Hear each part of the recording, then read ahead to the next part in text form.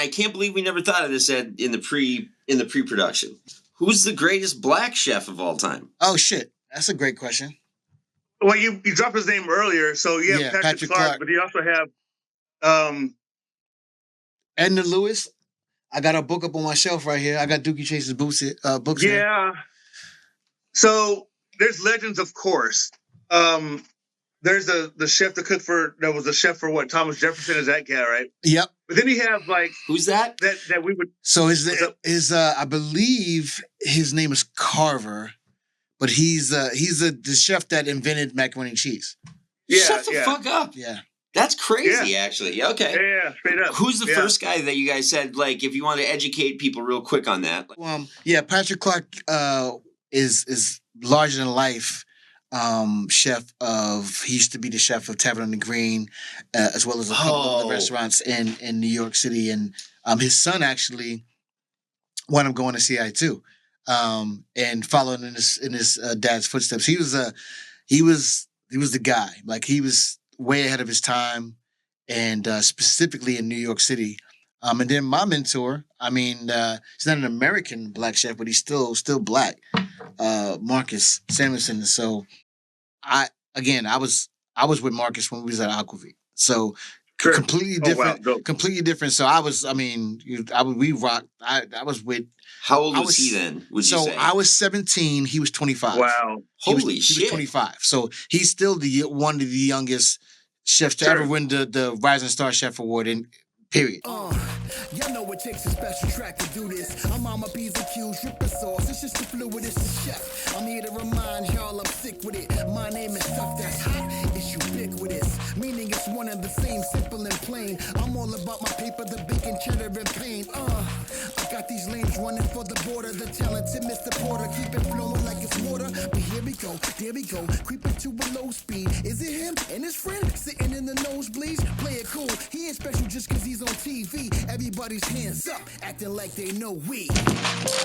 Welcome to another episode of the Taste Music Here Food Podcast Show. I am your host, Ed Porter, and this is the place for food, music, and culture and how they all connect. Today, I have a guest on that we talked about. Actually, when I first started to talk about putting this together, he was actually one of the very first people that I told that I had to have on the podcast because of the type of content that he posts, and just we had a hour and a half, 2 hour conversation. That was our first introduction to one another. And so, very much a kindred fellow, brother from another mother. And before we get started, I have to pay this brother the proper respect by giving him his just due flowers with this intro. So here we go. Today, we're thrilled to have the dynamic force behind the social accounts Brett Eats Food. From spinning records as a DJ to lending in Michelin-starred kitchens leading, he brings a unique blend of humor, authenticity, and culinary excellence to the table. His journey from the dish pit to fine dining epitomizes resilience and creativity. Known for his candid insights and infectious enthusiasm, he is a refreshing voice in the culinary world. Please welcome to the Taste Music Here Food Podcast Show, my friend, my brother, Mr. Brent Weathers. Good. How you doing, man? I feel like clapping. Yeah. I feel like clapping. Yeah. Thank you. I appreciate that. Thank you. No problem, man. It is, again, like I said, it's great to have you on. And we also talked about having you, and we're gonna get you in studio too. This is not the last time you'll see my guy here. You will see him at this table at one point in time. But I had to get this in though. This had to happen, and I'm glad that you took the time to do such. So let's jump right in, man. Let's talk about. It's always interesting to me to talk to other chefs and to know their origin story, how you got into it. And yours is a lot like mine. You didn't choose that. This wasn't like the initial choice for you. No. So let's talk about how you got into food and, your journey. Yeah. So I didn't know what I was going to be when I grew up or when I was a kid. I've always wanted to be I was enjoying the the businessmen in the movies in the 80s, they had the big old brick phones with big old tie and it suits and they were like, businessmen. I like the way that looked. I was like, man, briefcases and you know what I'm saying? Like I just like the idea of being a businessman, but I didn't know what that meant. I didn't know what was in that briefcase. So Junk bonds. long story short, I guess and I'm bad at academics, terrible at school. I've been trying too. It just wasn't. There's a wall there. I just can't get past. Like, why do we need to learn the Battle of the Red Flag for? Like, this has to make some more sense to me. I can't. There's a wall. I can't learn anyway. So I failed all these tests really bad. Like the PSAT, my scores is mad. It's anyway. I was trying to be in the Marines and I couldn't pass that ASVAB test. All you had to do was just make a 28 or 29 on it. I couldn't pass it for nothing. I can't, but God didn't want me to pass it. If I passed out, I'd been in San Diego and I wouldn't be cooking and okay. Absolutely. So I was at a Christian school and I was roommates with a friend of mine. He said, hey, Brent, we should work at a restaurant. And he said, we could be bus boys. It's like, free food. It's easy money. And you can look at girls or whatever he was saying. I'm like, cool, done. And so we went to someone's home and they, after church, and they invited us because we're college kids. And they said, hey, you should go to work at this place called Demas' Spaghetti and Steakhouse or whatever it's called. And we both went there. He had experience. I didn't have any experience. He didn't get hired. I got hired because I didn't have any experience. And they wanted you to be green. Yeah. And even Thomas Keller got the blue in the French catch. You got the blue aprons, which represents, you're coming, you're learning, and you're a student or whatever. Mm-hmm. The aprons that we had over there was green. So it was kind of cool that we're all green and we got these green aprons and, and so I started I started washing dishes and putting up dishes and eating free food. And that was a life for me. And then after that, we went to, I think 6 months later, Scott, his name was Scott. He goes, hey, Brent, today you're on the oven. I'm like, oh, wow. And I was like, I don't have to wash dishes? He's like, no, you're cooking on the oven. All I got to do is, he showed me when to put the chicken in, when to put the cheese bread in, when to put the rolls in and the do's and don'ts and the potatoes and whatever. And they said, Brent, good job. And we'd like you here. From now on, you're working the oven. So now I'm not washing dishes no more. You graduated. So next thing you know, I'm cooking for real. I was like, oh my goodness, I'm a whole cook now. And I always love food, of course. Right. I always had a sweet tooth. So I was always cooking regardless, So, and that's how I kind of started out. Ironically, because I grew up in Naples, Italy, and in Izmir, Turkey, right? But I never was always in the kitchen. The very first thing I've ever made was soft scrambled eggs. And so that right there is the average chef has a problem doing that. Yep. So the fact that was my first thing that my mom taught me. Yeah. Yeah. And then like me making, my mom gave me a pancake recipe and I had to call her years ago. I said, Mom, you didn't teach me how to cook. My mom was an amazing cook, right?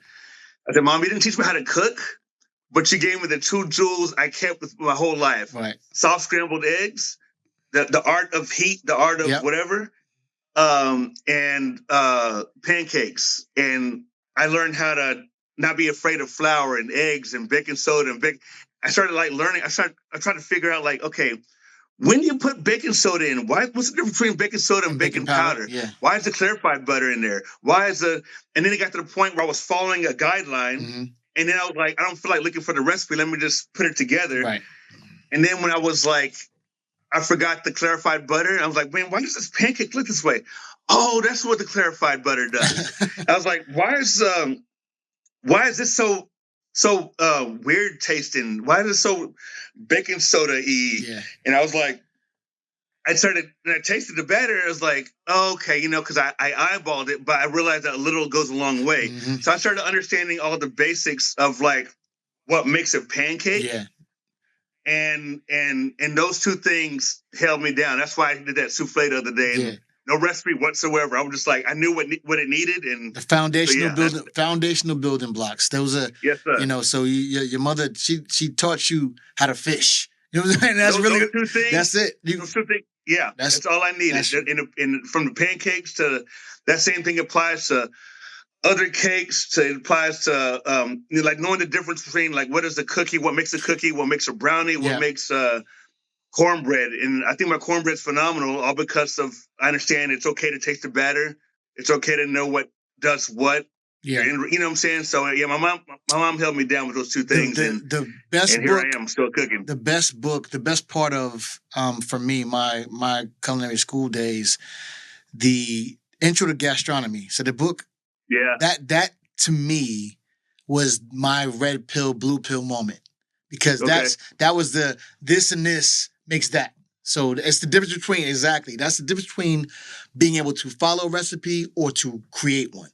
Knowing how, and it's all science, knowing the reactions of certain ingredients with other ingredients and how they play along in the sandbox. So that's really what that was. So yeah, kudos to moms, man. Why does it do what? Exactly. Yeah. Kudos to moms. Yeah, listen, so like when people ask me, I tell people all the time, like, how you know somebody can cook or not?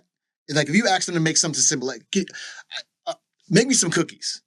Somebody that knows how to bake will ask you want them crunchy or you want them chewy.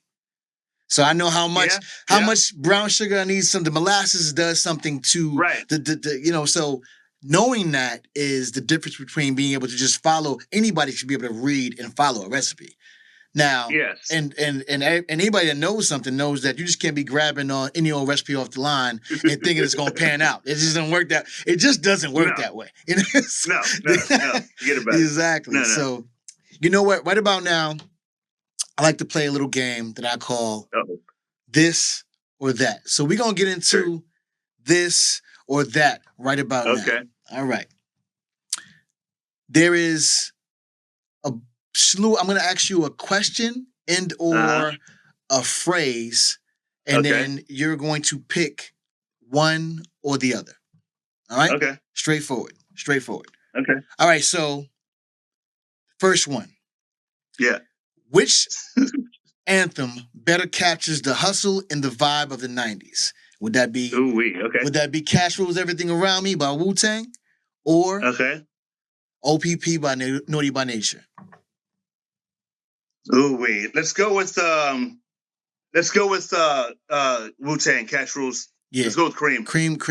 Okay. All right. Yeah, because OPP, man, it was, you know what I'm saying, it was disrespectful. And you know what I'm saying? Like, I mean, the 90s was pretty disrespectful. I don't know. The 90s was pretty disrespectful.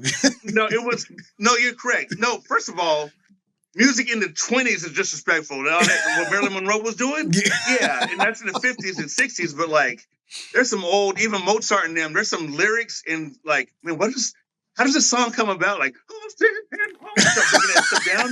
They're like, you know what that song was about, right? Yeah. It's like, crap. It was about that and about people getting drunk and getting bent. And, yeah. And then he started, the guy wasn't happy with his wife. I was like, ooh-wee. So, no, but that, I'll have to go with Wu-Tang. Okay. Because, like, it was more like, back at the bus, 40 of us, life was a short, it couldn't be so rough, And it was just like and then the visual too, it's like these guys had the bags of money. They're sitting at the table trying to build, it's a family setting. Where OPP is like you're just loose and in and out of each other's other people's property. And listen, this the Wu-Tang when this came out, like look at the album cover, like this you can't see their faces, right? And but they're just big, very very scary looking dudes, and you couldn't help but to pay attention. So yeah, Wu-Tang came on with a vengeance, man. Like I remember those days like it was vividly yesterday. Wu-Tang was something else. Okay, next.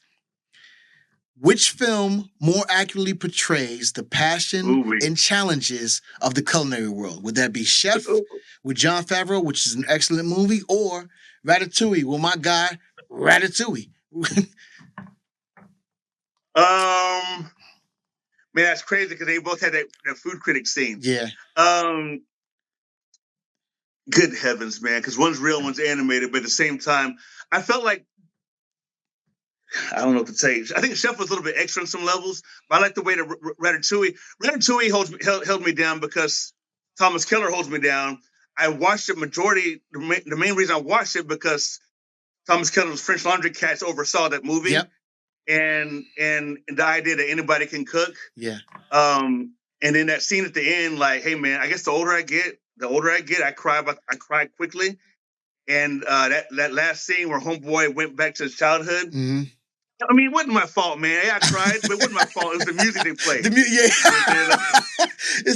The music had me crying too. It wasn't quite all my fault. If it was muted, I'd been all right. Yeah, with no audio, you've been fine. But it's the strings. Chewy holds me down.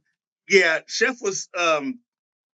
There were some scenes in it where it was extra. Like, if you don't mind me saying, I don't talk this way, so he was. But like, it was extra a little bit. You can tell when a director and the writer was like hooked up with a chef, and they found out what a moose bouche was. Yeah. And this one guy was like, "Hey, what's going on?" I forgot the scene, but he's showing up, and then the other dude that was the Empire is like, "Oh, come on, you a moose? You tell him a moose douche." It was extra. Yeah, like it wasn't. Yeah, it wasn't authentic. Okay. It was forced. Yeah. And I just didn't. Plus, it set me. Yeah. Remy's a stud, man. I love Ratatouille. So what Disney does great is they can tell a proper story. So it doesn't matter. You lose yourself in the fact that it's animated. You don't even think about that. It's just like the storyline is so rich that you fall in love with the characters. And so, yeah, I love that movie. Hey, Disney, man, that's one thing you realize as a kid. That life was no joke. That anybody can get it. When you watch Bambi, yeah, anybody. Oh, they listen. That Bambi and Saving Private Ryan start off the same way with death. So it was it's the same. Like, how you lose your mom in the beginning of the movie? At the beginning, mother. You know what I'm saying? And it's like, and then the father shows up, not even checking. The father comes up like that and goes, "Yeah. Man has got her. Follow me." Yeah. Like, wow, that's rough. Yeah. And then the whole time I thought Bambi was a woman, and turns out it was a dude. I was like, wait, what? Yeah, Bambi was a dude. Anyway, I'll stop. Okay. My bad. All right. Next. Which movie offers a more inspiring look at a chef's journey and personal growth? Julia and Julia, or Burnt? Let's go with Burnt. Let's go with Burnt on that one. Yeah, let's go with Burnt. There's a really unrealistic, but there was the idea that kind of got to keep up with the times, and that you have to be like on some. Not everyone's on your side, and it's competition, and you can have goals, but if you don't have a good team, you ain't go nowhere. We all need each other. Yeah, Burnt. It's okay to finesse the food critic. I mean, I don't know, man. It's like there's some things. Not okay to finesse food critic, but there's some level of politics. Like, hey, man, so the food critics on table 9, there's no harm in getting up and, hey, it's good to see, or whatever, So I don't know. Okay. I think Julia was dope too, but it was a little bit different. Yeah. I mean, it helped me. I got it. All those movies you talk about, I got it over here, but I think Burnt kind of. I agree. Unrealistic. Yeah. Burnt was unrealistic, but it still had you, and plus the people that was consulting the movie held me down too. So No, this dope. And I gotta apologize to super producer Gabe because I skipped the whole question. But he in true culinary form rolled with the punches. So we going back to it. So next, which track gets the kitchen crew more hype during a busy service? Will that be House of Pain's Jump Around or Slam by Onyx? Onyx. Jump Around's cool, but Jump Around's dope. And the way it comes on, you can't front. Yeah. Onyx, hands down. Yeah, so Onyx, first all off. day long. There's songs that they've done. I listen to Onyx on the way to work. Yeah. Still. Everything from, they have a song called Buck Back. Yeah. Listen, so hold on. This Back the Fuck Up album. So when this came out, I remember vividly when this came out and being in high school, and Sticky Fingers was an amazing. His energy when he came on, it was I'm like, this is different. He had that. There's a few rappers that had a certain type of energy all the time, and every time we saw him, that unpredictable energy too. Yeah. And the thing too is like those Onyx cats. Like, I reached out to Fredro Starr before too. Man, I was like, you know what, it'd be kind of cool because to this day I want to see what I want to see is a movie with Onyx. I want to see Fredro Starr and maybe Sticky Fingers. They came up together like cooking, and then they kind of split. And then maybe their restaurants are in competition with each other or something. Or it'd be kind of cool to see Fredro Starr and Sticky Fingers and some chef wives. I would love that. Yeah. Well, because in real life, there's some people that look like them that are beasts in the kitchen. So he's like, you know, and I reached out to Fredro Starr. He was like, yeah, that sounds dope, you know? So if I can get some chicken together and reach out to him, because I'm just saying, like, so check it out. So check it. I don't know if you noticed or not. I don't even know if it's anywhere else outside of New York, but there's a chain of restaurants called Sticky Fingers. I didn't know that. And that's for those who know, those in the know, knows that that's a direct nod to Onyx. I'm like, that's how popular they were. That they got a whole line of chicken finger joints, and it's a bomb name too. It's a bomb name. Sticky Fingers is a bomb name. I don't care what anybody says. Yeah. What do you think about the logo? How do you think that did it age properly? There's certain logos that it did, right? There's certain logos that. So do you know that to date, there's only like 2 logos in the NBA that have never been changed from its first inception, and the main one is the Chicago Bulls bull. It's been the same bull ever since day one. Since day one. Every other logo has changed in some iteration. They changed a little bit. Yeah, they changed it. And a small fun fact, I don't know what, hope the ratings don't go off. Well, then turn the channel off. But one time the Dallas Mavericks hired Sean Combs to redo their outfit. Oh, did he find the Dallas Mavericks? Yeah, no, I forgot what. Yeah, I forgot because he was big into fashion. Yeah, and the Dallas Mavericks, they wanted Sean Combs to help him out, and Playboy. He was doing that. Yeah, it's way too soon. But then I don't know if it went down or not. But I'm sure they babied them the uniforms. Anyway, who would you say? This is off the cuff. Who would you say has the best logo in hip hop? Because back in the so it was, if you notice, it was just looking at these two album covers. The logo was very, very, very important. Like it was also it was branding. Like and at its highest point. This is when cats used to read the liner notes and we used to stare at the album covers and all this. You know, cats ain't doing that no more. But who would you say? No. Sentimental reasons, I'm a sucker for Run DMC and EPMD. Yes. But people love Wu-Tang a lot because it represents family. It represents brotherhood. Yep. So, there's a bunch of logos out there. My top favorite rap groups of all time is the Beastie Boys. But the cool thing about them is they always change it up. Always. Every album they come out with, their logo changed. Yeah. I think that's dope. So you can't really pin one on them. But the idea that Wu-Tang, because my brain's not really moving around right now. That just stands out to me right now. Like, oh, well, my goodness. It's either Gangstar or Wu-Tang. Okay. Okay, mine is, and it's the one that whenever I think of a logo, and this is going to be funny when I say this because of the reason you'll see so Jay with the Damager, that the cartoon of his head, which I mean could almost be you. So with the beard and everything. That's why I do it. I love Jay with the Damager. I love his style and that whole entire that cartoon of him and with the dreads and the beard, like it's one of the dopest ones. And that silhouette of it, like what that is when you see it. So it's dope. It's so dope. I love it. What was it? Return of the Prophet. Yeah, Return of the Prophet. That whole video with the cartoon was insane.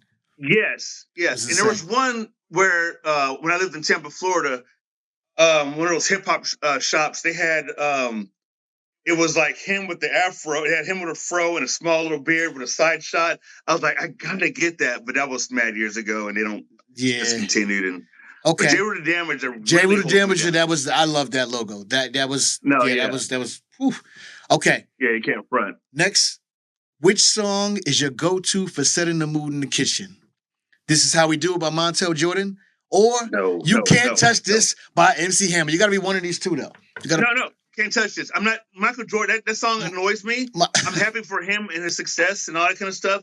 I do not want to hear on a Tuesday morning, it's Friday night. I don't want to hear that. You know what I'm saying? Like, no, give me Can't Touch This, because the thing with MC Hammer is, you know what's crazy, man? Everybody in hip hop was dancing. NWA wasn't dancing like that. What do you mean like that? But You got some footage of them dancing? What you mean, like, you got footage of NWA dancing at all? You said like that. Okay, they wasn't dancing at all. Yeah, I'm like, no. I said NWA was not dancing. Yeah, everybody in hip hop was dancing. Absolutely. Like 1991, 90 on down. Yeah, you had Everyone did something. Eric B and Rakim didn't dance too much. No, but look at LL Cool J and Jingling Baby. He was dancing. Yep, he was doing all this stuff right here. Doing all that, and then but everyone was dancing, and they hated on MC Hammer because, like, maybe he took it too far and not too far, but he was just serious about it and more organized about it. But his pen game was straight. Every single thing that he said on his first 2-3 albums was well thought out. It made sense. You know what I'm saying? He was fearless too. That first album. So, MC Hammer, I just got through spinning. I just got through practicing. I was doing the to get to touch this. I had the 2 copies of my turntable. I was doing the Can't Touch This joint just now. And I was playing around, I was doubling it up and everything. I don't want to hear Montel. I totally get Big it. up to Montel, but I don't want to hear that in the kitchen. So let's take a little quick history lesson. So Hammer's first album was called The Holy Ghost Boy. That most people missed. Most people most people never even know that came out. So never heard of it. Yeah, go back and get that. It wasn't as critically acclaimed as Please Hammer Don't Hurt Him. But that album, and Hammer's one of those guys too. So I met Hammer twice. And back when I lived in the Bay, and really solid dude. I know, but well respected, bro. Like no cats don't mess. Hammer's connected. Yeah. Man, listen. What do you think? You think Hammer would ever have another moment in music? You know how they say everything comes in waves. Nothing's too... Dude, if Tom Jones is still performing in 80 in Vegas, yesterday, thank you. All my troubles seem, thank you, far away, yeah. If Tom Jones is still doing that in his 80s, I'm sure Hammer can still... Because people love good music, man. You can't front. When the song comes on, it's jamming. You can't front on the song. And what he's saying in his lyrics is, maybe it was catchy. Yeah, it did go pop. Maybe, it did cross over. But he was still hip-hop at heart. He was still making sure it made sense. And he was dancing like everybody else danced. He just better at it. Maybe he was just better at it. Fact. He was dancing, but he was just dancing. He took it seriously. I don't know. I mean... The one thing... And I've said this before, but the one thing I think that we as hip hop does to slight the elders in the game is Aerosmith is going to be on tour next year. I'm pretty sure. And Rolling Stones and you name the group, and some of them don't have any of the original members. It's just that the brand has become so big that they can do that and travel. And for whatever reason in hip hop, we tend to throw out. We don't revere the elders in the game. It's just because this is become a young man's sport. Sure. I think that's turning though. I think really because substance is so far gone out of music in general, and the further and further you like telephone. We play telephone as kids. The further you get down the line, the less the message has been communicated. Correct. And hip hop has lost a lot of what it was based on and in. And I'm not throwing shots at any of the young cats. I think it's a fact. I actually love some, and it's the same thing back in the days. It was some of that when I grew up that was cool, and some of that did not rock.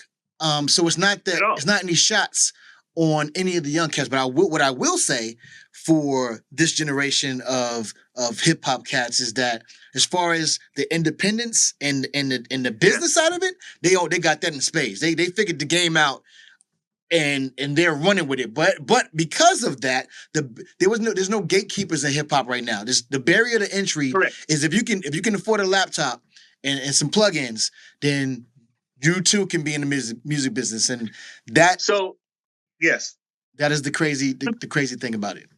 One thing I noticed, and it's a fact, when Master P came out, that was when you can get equipment at the house. You can buy CD burners and stuff at the house. Mm-hmm. So you didn't have no one to tell you that you couldn't put no album out.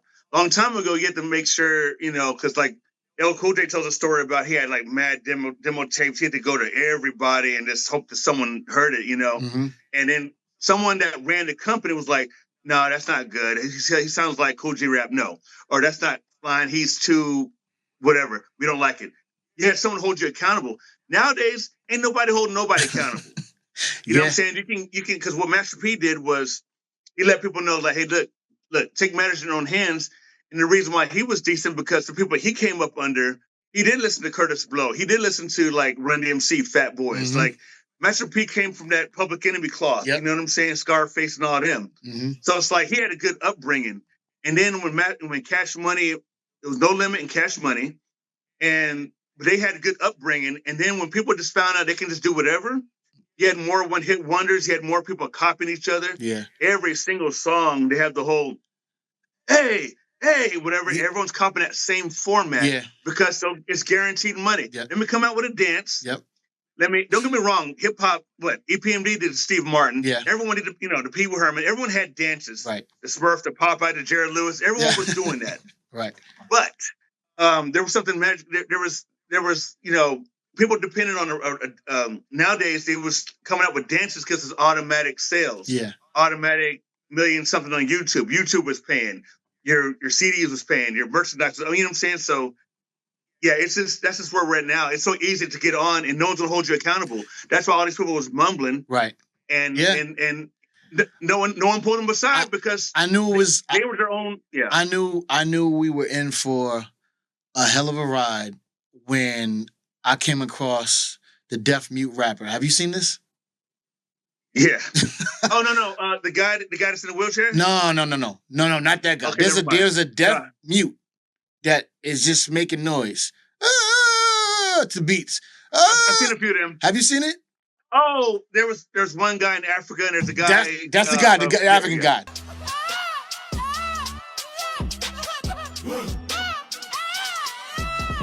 That's the one I'm talking about. I was like, and so at first I thought it was a meme. I was laughing my ass off. I'm like, Me too. this is hilarious. No, no, dude is serious, and he's doing concerts and he's selling out. He's selling albums with him just yeah. We gonna put it side by side up. We gonna do in post. Oh yeah, he gonna be with me. We gonna do it together. So it's insane. The level of that would have never flown before. Like it was. Now, this one thing I'll give him is definitely unique. He's in the lane by himself. He has no competition. He running the deaf mute rapper lane. He got. I don't know if you call it rapping. Yes. No, for real. But the problem too is you have people like co-signing and encouraging foolishness because the music video was packed. Yeah. Oh yeah. He got all. Listen, you know that music video showed you it is the visual projection of Yes Men. This dude had there's about 80, 90 cats that was in there telling me he was the best thing since sliced bread. And also, they can get on TV. Exactly. You see what I'm saying? Exactly. Because y'all want to get on TV today, and they're speaking in African or whatever. Hey, y'all want to be on TV, or y'all want to be in a video? And everyone's like, yeah. And it was like, I'm pretty sure the guy he doesn't know all those people, right? And I'm pretty sure they had to do a couple of takes. Like he goes like, and 5, 4, 3, 2, 1, go. I had to tell. I was like, yo, yeah, no. What are we doing? Oh yeah. Now check it out. Did you missed the two major parts. He's a deaf mute, so he doesn't hear the music. so he's not hearing the music, so he's definitely not in key to any. Like what are we doing here? What do we anyway? But nowadays we can get paid off of views, and YouTube is in the business of making. What's ridiculous? Cool. Let's film that. Let's post that, and let's get money off of that. The name of the game is money. Yeah. So you don't even have to have talent no more. Like you can just get up and just do who knows what and get paid off of views. It's crazy. Well, you mentioned a little earlier about talking about DJing, and you post on your accounts often about you DJing. And let's talk about how has being a DJ, how has that spilled over into what you do in the kitchen? Because again, we were talking off camera, and which is why this whole thing exists. To me, music and food are so synonymous in so many different ways. They're very much symbiotic and share a lot of DNA together. And for any way you want to feel, there is a soundtrack and a food to help you get there. So how do you pair the two? How are you mixing and mingling the two together? I mean, I've always wanted to spin records since I heard Run DMC Tougher Than Leather, and I heard like, you know what time it is, you know what time it is. I heard it from Grandmaster Flash and that joint. So I've always wanted to spin some records. I had to do it, and as a matter of fact, I was working two restaurant jobs to feed that habit. What happened was, I would be at work on the grill. I would take the grill scraper and come up with like scratch patterns and things I want to do when I went home. And then when I went home, I'm spinning records, still thinking about food. And they both rock crowds. You can both mix things together and blend, but not everything. Just because you can blend it doesn't mean it needs to be blended. There's a lot of things that are just like, it's the same. It's a beautiful thing. Like, just because even just because things are the same beats per minute doesn't mean it needs to be mixed. The other day I was mixing Sade and UGK, and I think I called it Cherish the Underground. You know what I mean? But then like I tried to do something else and it didn't quite work. So just because you have turntables, just because you have these types of food, this curry over here and this certain dish over here, or this protein, doesn't mean you need to force the mix. If something doesn't mix right, don't bother. No, but yeah, I just music and food, they got those same properties, man. From the dopamine to that feel good to that relaxational to that satisfactory to the adrenaline rush. I can sit back and play a mix, and people will just blow me up. Oh man, that's so dope. And I can go to work, put a dish together, and they can like, oh my goodness, that's so. I get the same reaction, and it's instant gratification. It's two forms of something that, there's no greater feeling than having somebody appreciate something that you created, specifically if it's for them. And also, I think in food and music, the other similarity to me, the one glaring evident, is that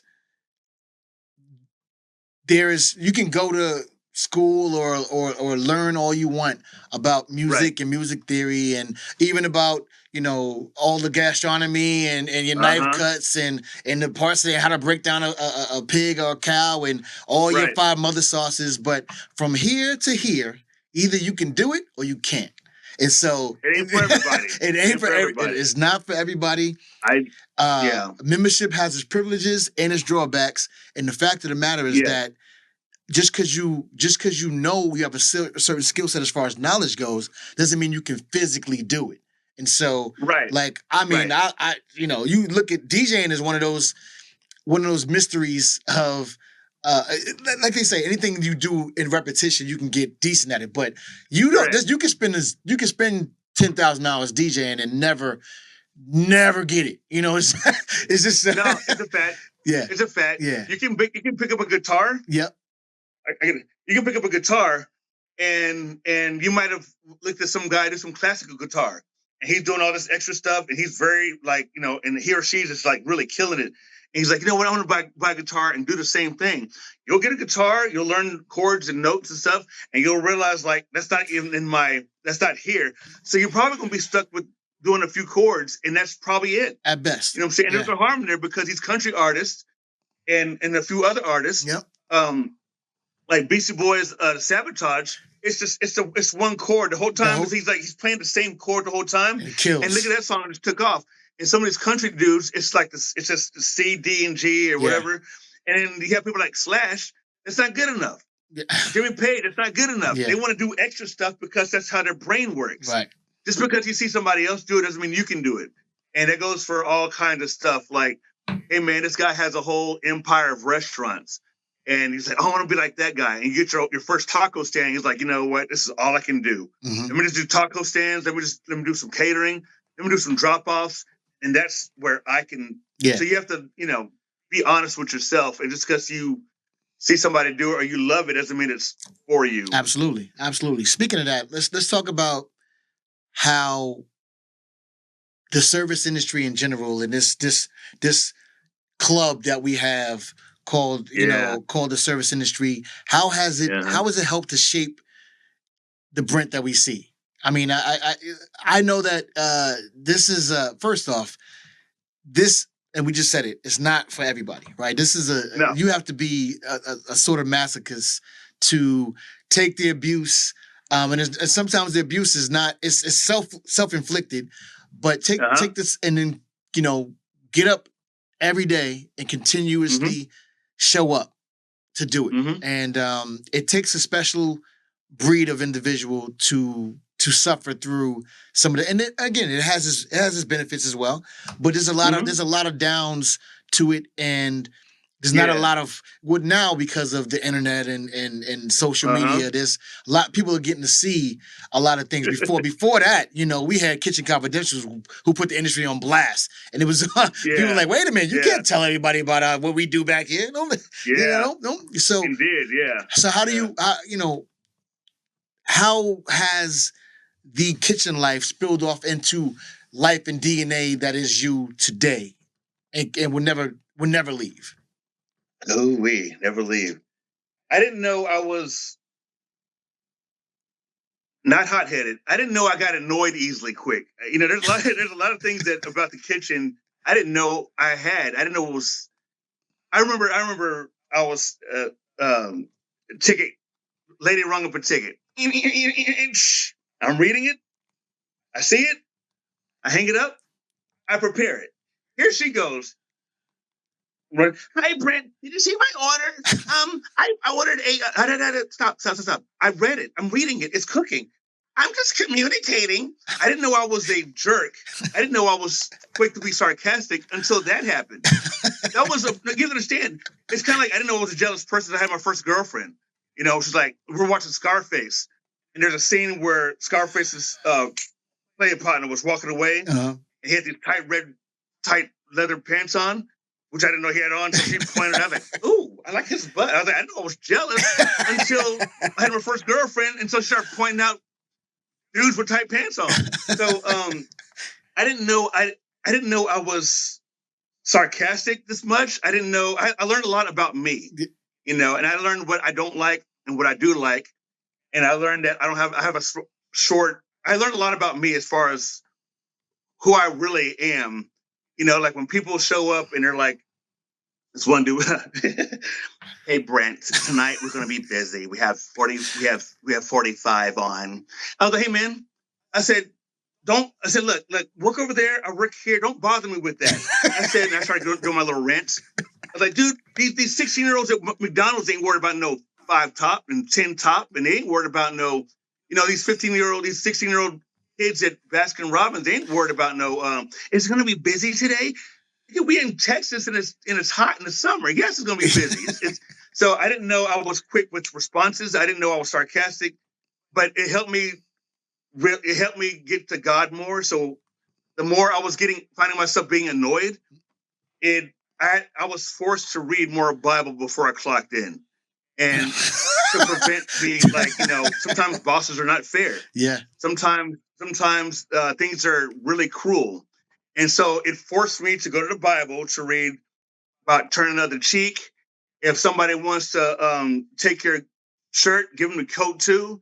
There's a scripture in, I think, Colossians and other spots where it's like, if your boss tell you to do, it's that master. If your boss tell you to do something, do it like I told you to do it. Mm-hmm. So like when I go to work and I'm working with all these weird chefs, I've learned to whatever they say.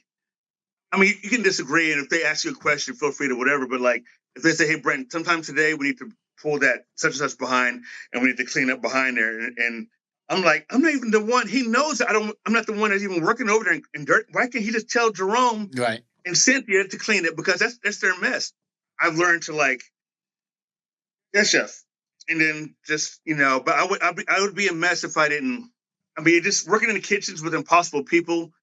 It forced me to read the Bible more. So The reason why I can do this another 25 years, another 26 years, is because of I figured out who I am, what the Bible says about stuff.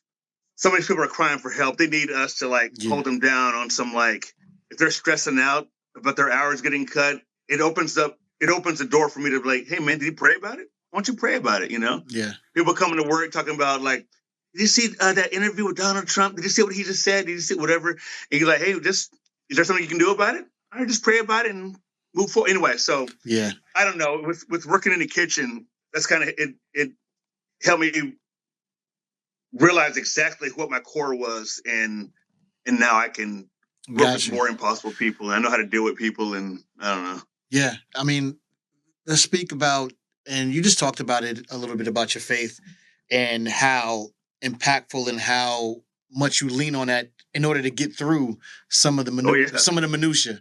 So let's talk about also, because the one thing about you and your platform and how you do the things you do, you're very fearless in the fact of being comfortable with who you are and also vulnerable in the same way. That takes a lot of courage in order to do such. Like, let's speak about you made a post, and this is not the first post. You talked about you talked about abuse.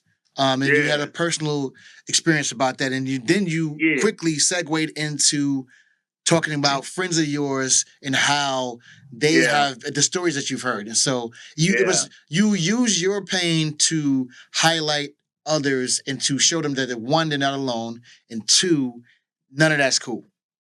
Speak to me about where does that internal strength coming from to be able to, be so vulnerable? First of all, I know for a fact I ain't the only one. The more I talk to people, the more I hear these odd stories about like, these these kids got the same things. We spent the night over some friend's house. We didn't want to spend the night. Our parents thought it was a good idea that we all hang out. So we got these 6-year-olds, don't even have chemistry with these other 6-year-olds, but the parents see they're doing these kids a favor. Oh, let's get them together. It's what kids need to do. No, because not all kids got the same chemistry, and a kid will let you know, but a kid can't articulate that, right? Right. So every time these kids go to Donovan's house, his weird Uncle Kevin or his dad and his stepdad or whatever the case is, they walking around the house half naked, penis all swinging out in the living room. You know what I'm saying? Because he wanted all these kids to see how big it was or whatever. Then he had these stories about like all these guys got these weird stories.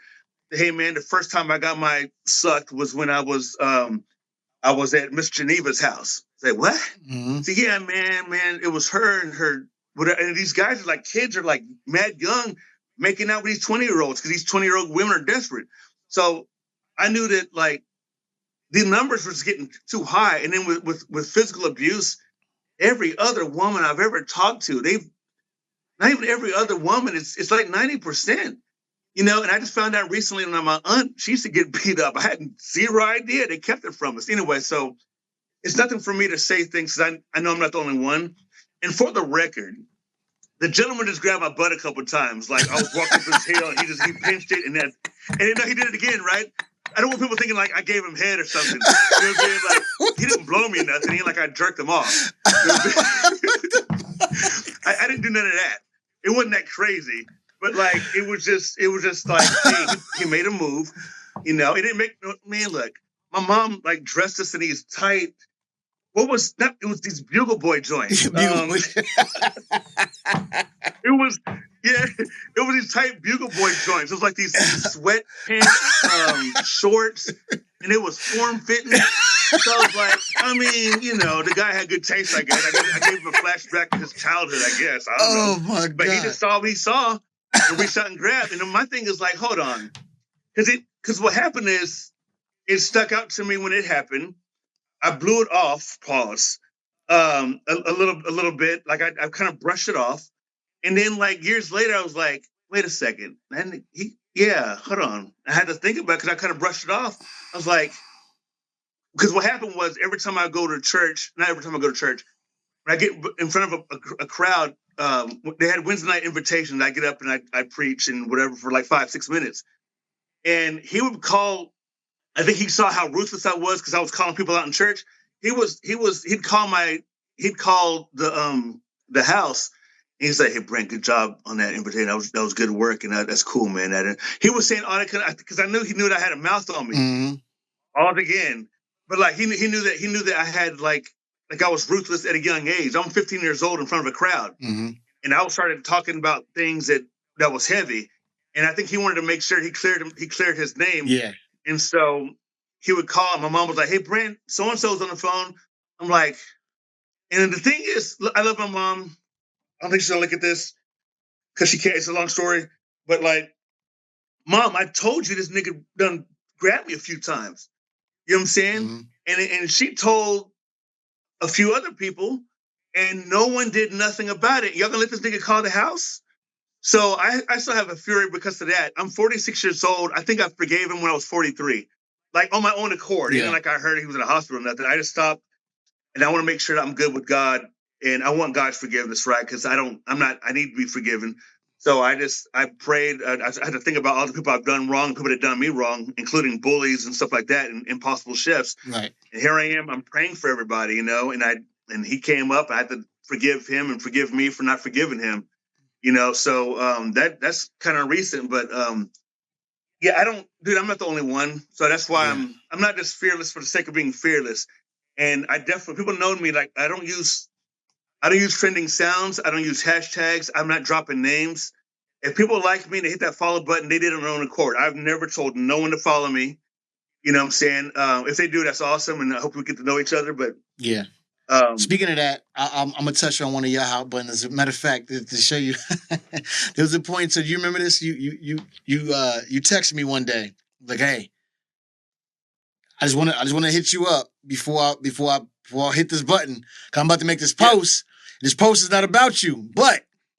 Oh yeah, but this post is not about you. But I just want to give you a heads up, just so you know, we good. We good. We good. We good. You got a hot button for the celebrity chef and I hate that. And yeah, I hate that. It's only 5. Hey man, when you say celebrity chef, our name should go to like people that you already see on Fox and NBC and Food Network, like the main people, not contestants on Chopped that went home early. You see what I'm saying? You got these guys in Cutthroat Kitchen, be the first one whacked. I'm a celebrity chef. You can see me. Nigga, you went home first. So what am I celebrating? You're a chef? A celebrity chef. I'm celebrating you. Why? Because at one point it was Wolfgang Puck. Wolfgang Puck was legit. Before Food Network, he was always, catering to the stars and stuff like that. You know what I'm saying? These guys, he can actually say that, and he would never call them that. We would call them that. Right. If you're a real celebrity chef, I'm pretty sure right now, Guy Fieri, Bobby Flay, the woman that looked like a cat, Rachel Ray, or whatever. Let's talk about chefs. Guy Fieri, Bobby Flay, like legit chefs. Even Wolfgang Puck, I guess. And there's somebody else. You don't have to call them celebrities. They don't call themselves celebrity chefs. We did. Yeah. Because they lived that life. They breathe it. But it's the people that are hungry and thirsty that's reaching. They feel the need to put celebrity chef on their profile. I'm like, yo, what you want? You put that on there so you can like charge me more? Who are you? That's the thing. You said celebrity chef on your profile. Who are you? I just saw you pop them in the feed, and I can tell that you paid for your followers. You paid for following because you got 130-something thousand and 88,000 followers or whatever.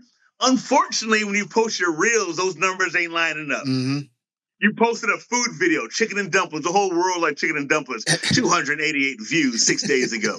Uh-oh. You forgot about that, didn't you? Yeah, I just think is anyone doing anything wrong by saying celebrity chef? No. But there's a lot of people that are reaching and they're so desperate to get on. But dude, if there's a lot of people in my church, there's a lot of people, if I drop a name, even if they're on Top Chef, I just drop a name. They're like, who's that? And they don't know who you are. So I just think people should tell you that you're a dope chef. People should tell you that, like, people should nickname you something. Yeah. My name is Brent Weathers. You don't give yourself a nickname. I go by Brent. What's up? Yeah, you don't give yourself a nickname. Let people give you that. Don't get me wrong. Sometimes it's, but I just really like, the fact that people would just, one dude in high school, he was rapping and he's trying, whatever. He said, hey, Brent, hey, start calling me Popcorn. He's dead serious. Stop calling me Popcorn. Like, don't call me Bobby Brown no more because his name was Robert Brown. Don't call me that no more. Call me Popcorn. And he was like, I was like, all right, cool. And because I've been calling him his name for like the last 4 years. We about to graduate high school. You talking about call me Popcorn from now on. All right. And so I did it twice. It didn't work out. Hey, Popcorn, huh? Already. Okay, then, fool. I mean, it was extra. Just kind of let people, because a lot of nicknames came from people calling them, from people they gave the nickname to the person. And then sometimes there's no harm in be like, hey, I'm the E double. I'm the microphone doctor. Like, I love Eric Sermon, Perry Smith, Keith Murray, Reggie Noble, but they have Eric Sermon for sure, and Perry Smith. They were like, no, this is my name. Keith Murray, this is my name. Right. If y'all want to call me, then later on, Keith Murray was like, yeah, call me the Chocolate Boy Wonder. Yeah. You know what I'm saying? I'm the Green-Eyed Bandit, microphone doctor. I like that kind of stuff. But it's like, have your name, and maybe people should call you and give you the title they want to give you. Yeah. I don't know. That's just, I don't know. Don't be desperate. I get it. Speaking of, let's talk about, because I think it's important for people to understand that, you've worked in some highfalutin restaurants, Michelin-rated places, and Knife and Spoon and Commander's Palace and things of that nature. No, I never. Yeah. I never worked at Commander's Palace. You never worked at Commander's Palace? No. If anything, no. What happened was somebody left Commander's Palace. They wanted a souffle at a spot here in Dallas, and I told them that they said, hey, they don't want to. The guy doesn't want to go nowhere. He wants to stay here at the hotel. Brent, can you make him a souffle? And you made him. He just came from Commander's Palace, and he said that my souffle was better than theirs. That's what. Okay, so check it out. I'm gonna show you the power of the internet. This is how crazy that goes. So right now, if you pull up as that's in your profile, bro. So it's that. So it's crazy. That leads to my point. My point is this: you have on many occasions spoken about how some chefs can get a big head and be full of themselves for a myriad of reasons. At the end of the day, we're not curing cancer. We're making food, right? And a lot of people's ego. I used to always say that you could tell that this cat was not cool in high school because he just peaked. Dude just peaked right now, and he's gonna use schooled. Yeah, he's getting all his cool points right now, and he's living his best life at 45. And so correct. And so, speak to me about what it's like and what it is to be, first off, a great teammate and a great leader first. And I love all of your whys, bro. Those are some of that because I know and I'm in the know and I'm a kitchen guy. When we've all seen that. We've all seen the empty container, with a little bit of cheese in it, and it be the misspelling things drive me crazy too. Oh my goodness. Yeah. And people just not doing their job, and the crazy thing to me is how, and I think some of these cats gotta follow you. They have to. Do. And yet, I'm starting to think they're doing it on purpose for content. Because they're not. Nothing's staged. No, I don't think it's staged. I just think they're like, okay, no, it's crazy. No, so what? So I told someone this today, and it sounds weird. It's not their fault. We chose, not me, they wouldn't be there. Yeah. But the people that's above me, they hired them. Mm-hmm. And the way they got hired was just like, hey, because we had 3 strong people leave. They got replaced by 5 or 6 other people. And they just grabbed the first people one guy was like, hey, I got 5 people. All of them were hacks. One guy has a heart of gold and he wants to do better. One guy is addicted to this. Yeah. And then the other 3, they're just not worth a quarter, right? And they all getting paid more than I am. Dead serious. True story. Mm-hmm. I found out how much one was getting paid the other day. I was like, what? That guy? I was like, dude. And I was like, you know what? Making money. I don't want no one doing that to me. Yeah. But making money. So it wasn't their fault. We chose whatever happened to staging? Whatever happened to interviewing correctly? You got to interview well. Same thing when girls go out with these dudes. When boys and girls get together, we go on dates. Dude, you were hanging out with her. Y'all were supposed to have a day with you two going bowling. She decides to wear the shortest skirt possible with her no slip. You can see her thong and stuff at bowling. She's doing a bunch of extra, bouncing around and wiggling her butt, whatever. Hey, are you doing this for me or for everybody else? Mm-hmm. You know what I'm saying? Like, interview well. Look at the red flags. You know what I'm saying? When a woman's with a dude and the dude's like looking at every single woman that walked by, that's supposed to be a red flag.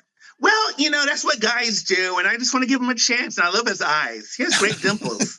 All right, great. But now you chose to keep on going out with a guy that kept on looking at your breasts the whole time.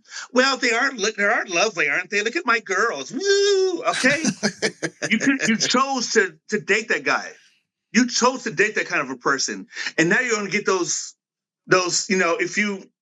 if they date these trick daddy looking dudes and they end up getting trick daddy results.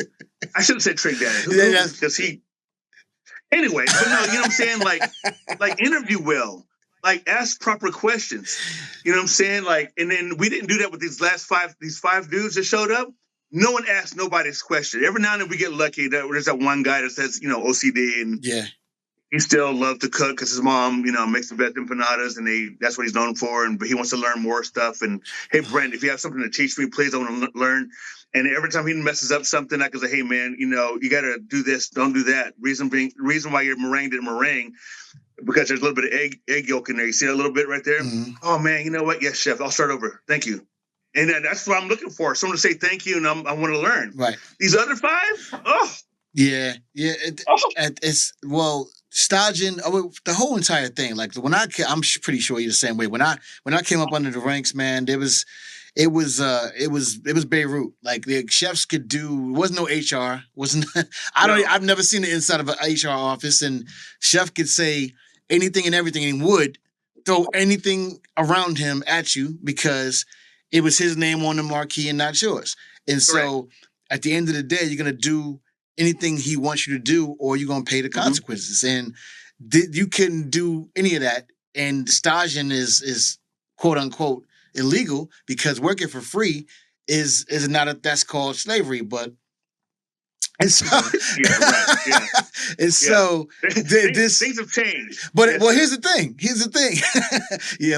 What a difference a day makes. But at the end of the day, there's in most states, like here in Minnesota, it's an at-will state. So you can get just fired with no excuse. Like, we don't have to give you a reason to let you go. Your output sucks, really what it is. And so there's nothing wrong with that. And not everybody's trying to make a lot of people feel good. And it's at the end of the day, either you're doing the job or you're not. All right, bro. Before I let you get out of here, we gotta play a little game that I like to play called the lightning round. It's closeout fun. It's going to be fast-paced, quick fire. I'm gonna ask you a question, and you're gonna say the first thing that pops into your mind. Oh, wait, crap. All right. All right. Here comes the lightning round. All right. What's your go-to, no better, but chef meal? Like something you know that you shouldn't be eating anyway, but you still do. We all have it. What's your go-to? French fries all day long. French fries all day long. I love a good French fry. What's your favorite fry? Favorite commercial fry? Crap. I like Brahms. I don't know if y'all have Brahms in Minnesota. The waffle cut. Or not waffle cut, but the Kringles. Okay. Whatever. And if done right, those hold me down. I'm a sucker for the waffle fry too. So yeah, I just love anything potatoes, really, man. Okay. Fried fries, yes. Yeah, fried potatoes and salt. Potatoes and salt go. Yeah, it's delicious. Okay. What song best? No, that's not the question. What song best describes the soundtrack of your journey as a chef? The lyrics are different, but I like Beat Nuts. I love it. I love that. I love the Beat Nuts. Bring it, man. And that's just me. I've never even thought that this is lightning round, so that's the first thing that came to mind. But yeah, I don't know. I think yeah. Okay. All right. Beat nuts, I love it. Yeah. Okay. What is your culinary Mount Rushmore? Who's on it? You got 4 chefs. We got 4 of them. You can't front. I have to do for sure go Thomas Keller because he helped people rewrite their cookbooks. He helped people view things different. So Thomas Keller. Man, I don't want to be cliche, man. I have to go with Gordon Ramsay holds it down because in real life he's I like how on Hell's Kitchen he ain't flirting with all these girls. Mm-hmm. Everyone gets the business. He's very fair. Yep. You know what I mean? Even when girls be flirting with him, he ain't checking for it. Mm-hmm. And in real life, he cooked for real like that. Yeah. And so the TV don't let his business sense. I would say Gordon Ramsay, Thomas Keller. Crap. I like the way Wiley Dufresne holds it down. I like the way he okay, that's 3. He's a nice, good guy in real life, and he the vision that he had in his head and the idea, he was like, you know what? Yeah, you guys, I'm done making salads. Mm-hmm. Y'all want to do that for first course? Not me. We're not having lettuce in here. I love that. So okay, one Wiley more. Dufresne helped me out quite a bit. What's your last Let one? me look at my man, there's a whole bunch of chefs too. There's some honorary mentions too. Man, right now, Matt Horn. Ain't lying. Matt Horn? Okay. Matt Horn, because what he's been doing, he's had this juice in his soul and his mind all these years. He just started doing this like 10 years ago. Mm-hmm. And the things that he's accomplished in a small amount of time. Yeah. Especially after the fire that took him out for a minute. Yeah. Yeah, but he still had he's still promoting his faith. When he writes, when he does, he makes posts. There's some intent behind it. Mm-hmm. I got some stories I can tell you off camera, but like I like the way that Matt Horn moves, like his business sense, the way that he has a certain power, certain way he talks, and he's very friendly and he knows how to. And the thing that he's done in a small amount of time, he's like legit. For me right now, that's making me move. I'd have to say those. Okay, I like that. Those 4. I like that. Yeah. All right, what's your go-to kitchen gadget that you cannot live without? Crap, man, that Vitamix, I guess. If we didn't have that to blend stuff, man, what would we do? You've watched. Can you blend? Does it blend? You watched that, right? They put everything in the Vitamix. Everything, nothing safe, including that Android phone. You throw that in there. That's powder. Powder. That's funny. That sounds familiar, but I think I've seen something like that at one point. Yeah, they was putting everything in it. All right, and lastly, what is your number 1 pet peeve as a leader in the kitchen? And so this is from subordinates. Okay. Yeah. I don't know. A list of excuses, maybe. When if I say, hey man, make sure you need to make sure this is over reduced. Here we go. Hey man, this is over reduced. And then this guy was like, well, the reason why it's over reduced because I'm setting up this other guy's station, and it's not even my station, and I have to do this, and I have to do that, and it's not even my job. I'm just helping him out. And hey, man, you over reduced it. That's it. Yeah, and I'm here to because you got here saying, hey, Brent, I want to learn with the best, and whatever you have to teach me, please share it with me, because I'll ask anybody quick. Hey, man, do you want to Is this you? You want to do this for living? Oh, man, that's all I want to do is cook. I love cooking. All right, cool. And I'm trying to give you some tips on how to cook better. Hey, man, I've been doing this since y'all was in T-ball. I was doing this when some of y'all was like in, second grade gymnastics, like on the line, yelling out, calling out tickets. And anyone that's older than you, feel free to stop and just listen. Mm-hmm. Because I got years on you. And even if we get 15 to my 26, or it could be, it doesn't matter. It could be 25 to 26. The fact that I still get an extra year on you. Mm-hmm. And so if I'm trying to give you a point of view, let's be open to listen. Yeah. And if you want to disagree, that's one thing, but making excuses about why you, we didn't have any tasting spoons. That's why I kept on double dipping. Dude, take that paper towel and just do this. Don't just use your fingers. Yeah. Anyway, that's my excuses and saying that you want to learn and be the best, and then I spit game to you, you ain't checking for it. Yeah, it drives me crazy. Okay, got you. Mine is CFS. What's that? Can't find shit. No, okay. I don't. I say goodness, it's in there. Look, I can pretty much tell you where it's at from my house. I have a visual burned in my memory where things are. Yes. I can tell. I know it's in there. Oh, it ain't there, chef. I can't see. I don't find it. It's not in there, chef. If I get up and go in there and get it, we got a problem. It was CFS. Everybody got it. Dude, that same guy. I made mushroom stock one day, and the thing is with him is if it's not on this certain rack or if it's not in a certain area, he just assumes that we don't have it. And so he said, "Hey man," because he tried to wrap me out saying, "Brent, it was on the board." I said, Brent Monte, it was on the board, but he didn't make it. Y'all need to get on y'all need to get on to him. And some guy texted me that. I ran right up to the job. I went straight. I didn't say hello to nobody. I went straight to it, and I got the whole 22 quarts of it. And then he said, "Where was it at?" I said, "It was in the walk-in." I told you guys, like, look around. Yeah, it ain't gonna jump out and do a backflip. Such and such. What do you mean 86? Are y'all too manly? Y'all grown men talking about, like, what fights you were in and how many girls you done slept with. Y'all afraid of that cooler, that freezer?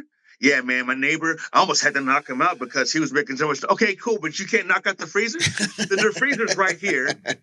You didn't have to go in. All you have to do is open up the door and just do this. Yeah. And see it. Okay, here it is. There's grown men I've worked with that are afraid of the freezer. I'll stop right there. It drives me insane. I said, "Did you check the freezer?" And I was condescending one time on the board. I was like, I forgot. I think I wrote like a note like, "Hi, I'm the morning." What I say? I was like, "Man, it's so cold in the freezer." Brr, I put a B, a bunch of R's, and I'm afraid to go in there. It's probably in there, but because on the prep list, what they would do is they would say on the prep board, they would say, "Hey, pull such and such out the freezer." Nigga, pull it out yourself. Yeah. Like and I'm petty too, because if they don't pull something, if I leave at 3:00 and before they get there, I pull it right before they get there. I was like, y'all, it's pulled. No, y'all want to be really weird and petty. I love it. Let's do that. Yeah. And that's not mature of me, but at the same time, I have to make it fun because I can't have these guys have my heart rate messed up. Because a few times I walked into work a few times where I had problems breathing because I'm overwhelmed with so much stupidity. Yeah. You know what I mean? And it would hit me all at the same time. And so that's how those wife videos came about. Yeah. That's how those wife things, like, all this stuff right here. Yeah. This right here. Yeah. Yeah. I put that on stuff. Yeah. I was like, dude, yeah, I can't do it. That's hilarious. I had to make it fun. Yeah, that's hilarious. And I share it with the world. People think they're like, "Hey, Brent, you should be more of a leader and fix it." Like, I don't know the half of it. I don't know the prequel. I was always doing it, fixing it for years. Anyway, stop. Yeah. I can't. I'm getting mad now. All right, bro. Man, listen, it's been a blast having you on, man. I definitely, this has been so dope, man. So tell everybody really quick how they can follow you and be attached to whatever you got going on. Give me your socials and everything. I was gonna do a Shannon Sharp impersonation, but it's not there. I was gonna do the whole like for drinks and conversation, but no. Brent Eats Food is my Instagram, and if they type in Brent Weathers, my YouTube and other stuff will pop up. But if they want to reach out to me and see what I'm about, what I post on a regular basis, it's Instagram, Brent Eats Food, because my regular name was taken. So, Brent Eats Food, and you'll see me pop up on the chessboard and with a Dr. Spock shirt on. So that's how you can find me. Absolutely. All right. Again, thank you for having you. Thank you for letting this happen in the manner it's happened. I appreciate you always, man. I'm gonna be looking again. You need to put some kind of warnings on the videos, though. I can't be out there with the volume on and being somewhere where it's quiet and not trying to laugh. Like I on a couple of occasions, I just laughing out loud uncontrollably because the shit's so funny to me. I didn't expect to do that. When I did the fancy chef impersonation. Oh my God! Listen, that had me weak. Because he's funny as hell. I mean, but I think he's serious though. It was supposed to be a voiceover. Yeah. And I just started doing so things nice out of nowhere. It was like 4:00 in the morning too. I was supposed to be asleep, and I was like, "How am I supposed to?" I just let it go, and I did the whole, That's crazy. Beautiful Night by the Chef. All right, well, yeah. Again, this has been the Taste Music Hear Food podcast. Until next time, peace. You know we doing. I think I was Y'all know drinking it takes a special track to do this. I'm on my P's and Q's, dripping sauce. It's just the fluid, it's the chef. I'm here to remind y'all I'm sick with it. My name is stuff that's hot. It's ubiquitous. MBC. No relation to NBC.